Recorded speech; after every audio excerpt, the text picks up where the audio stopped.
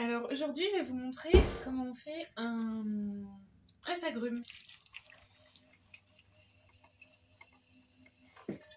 Alors c'est en différentes étapes puisqu'il y a une étape de tournage, une grosse étape de tournasage pour faire les petites rainures.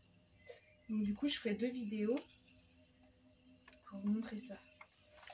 Alors le centrage, donc je fais une quille. Et puis je replaque. Et là je vais chercher un peu, comme si je voulais monter une quille, mais en fait je la replaque.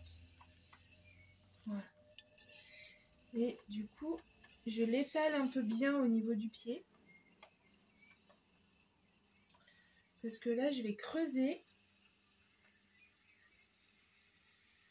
Et donc en fait, comme je creuse là, ma terre elle s'en va vers l'extérieur. Donc c'est pour ça que je l'aplatis un petit peu au niveau du pied pour pas que ça me forme un creux et que le bourrelet retombe, quoi. Et là je forme le petit dôme qui servira à extraire le jus. Donc je le forme grossièrement parce que je reviens dessus après. Et donc là je me mets dans le petit creux que j'ai fait. Je vais chercher mon fond. Je tire un petit fond. Et là, je monte la paroi du presse-agrumes.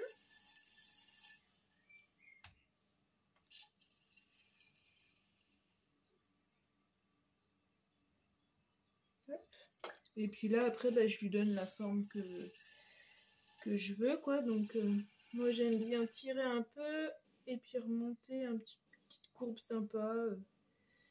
Voilà. Et donc après, au centre, je refais comme si je voulais monter une quille, en fait.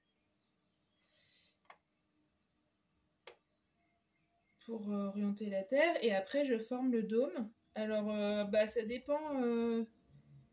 Moi, j'essaye de le faire un peu gros pour qu'on puisse presser les oranges aussi. Voilà. Et puis assez homogène dans la pente, quoi. Que ça fasse pas des petits anneaux ou des trucs comme ça. Voilà. Les steaks.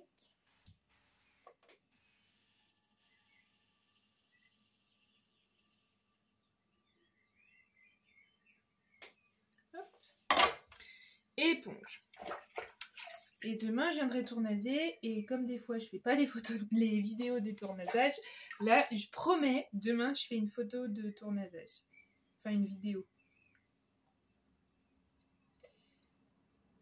Hop. Alors là aussi, il faut essayer d'avoir un mouvement comme de vraiment resserrer cette vrille. Parce qu'en fait, quand je vais tournaser, je vais enlever de la matière à l'intérieur de ce dôme pour que ça sèche uniformément et que ce soit pas trop lourd, etc. Et du coup, souvent, des fois, ça fend à l'intérieur. Bon, c'est pas très grave, mais... Et donc, il faut bien penser à resserrer un petit peu là. Et en fait, moi, je le tourne plein. Parce que comme ça, je peux garder une grosse épaisseur pour faire mes petites stries et faire des stries assez profondes pour que le presse-agrumes soit assez tranchant en fait. Enfin, je vous montrerai demain. Voilà.